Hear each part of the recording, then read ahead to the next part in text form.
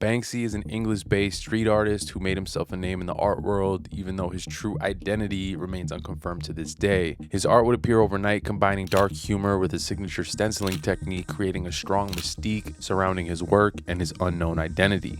His art, consisting of political and social messaging, have appeared in cities around the world, from the West Bank and Palestine to the streets of New York City.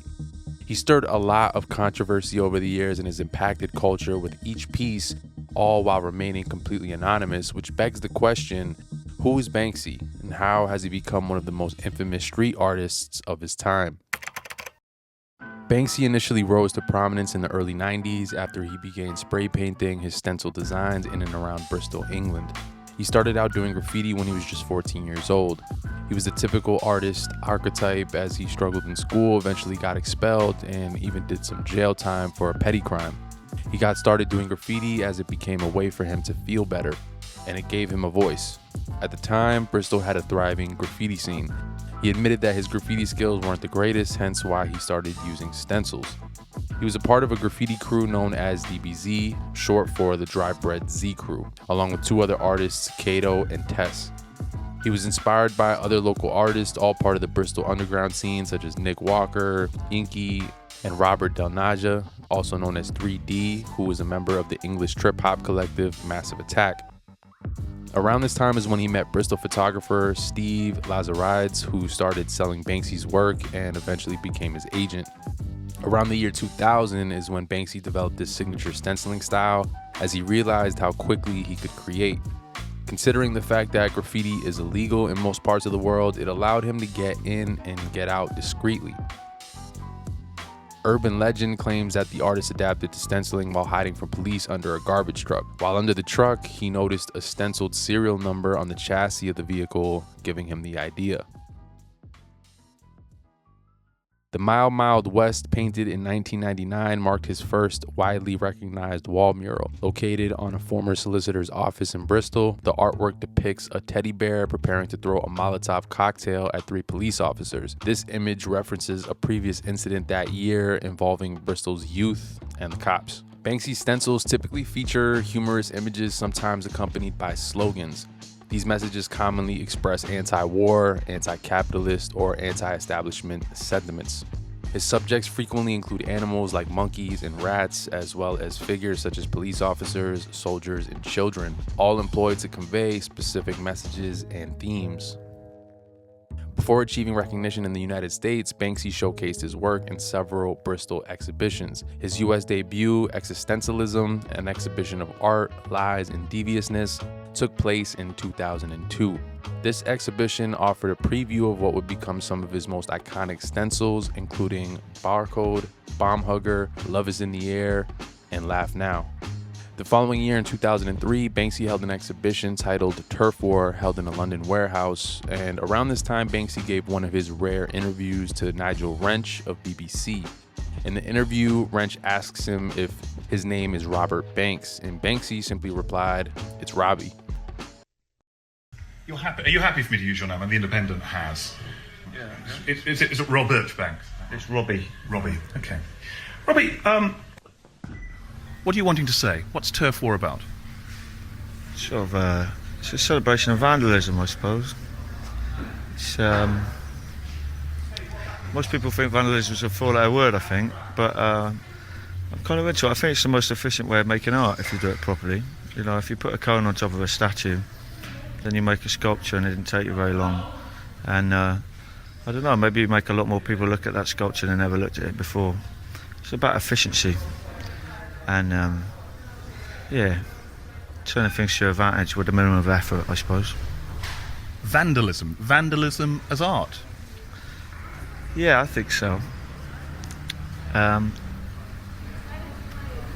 Wasn't even a real question. Yeah, I think vandalism is. You know, I'm not here to apologise for it.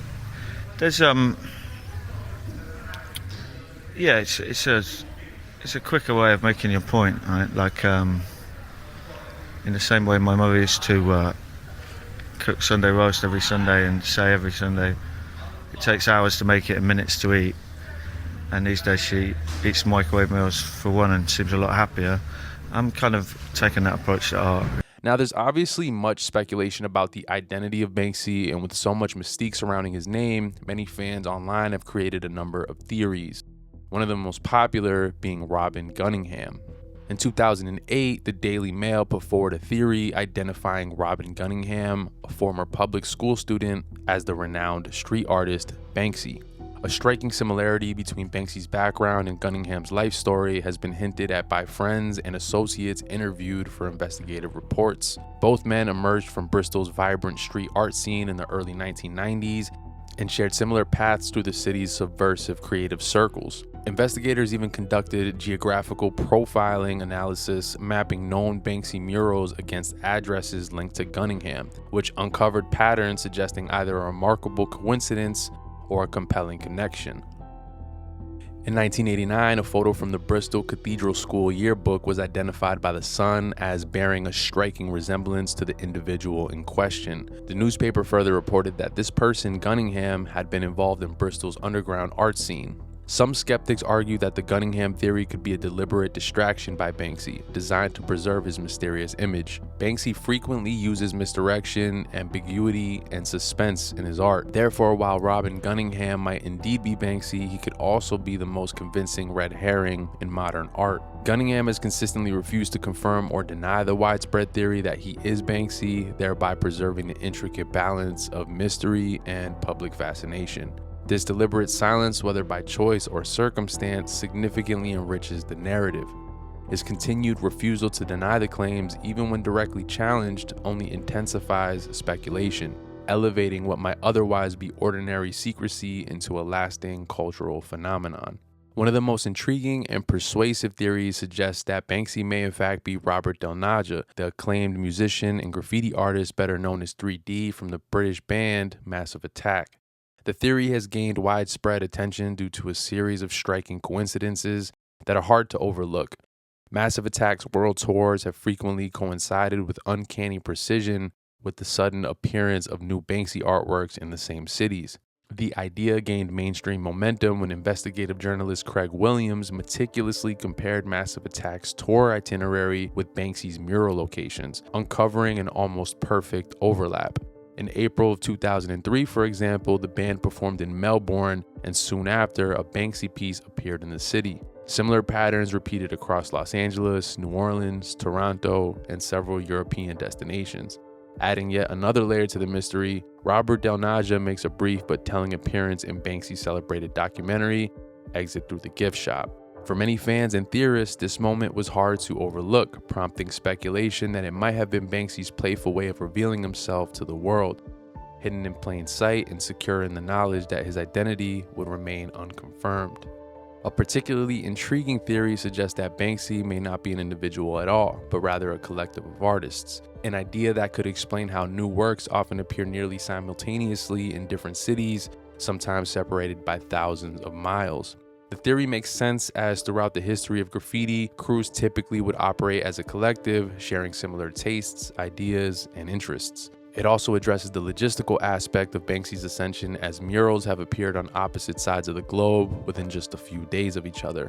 Additionally, there have been subtle differences in technique and messaging throughout the artist's work, suggesting multiple hands potentially being involved in the process. In a world obsessed with being seen, Banksy built a legacy by disappearing. He painted on walls that weren't his, spoke truths most were too afraid to say, and turned the streets into the biggest gallery on earth.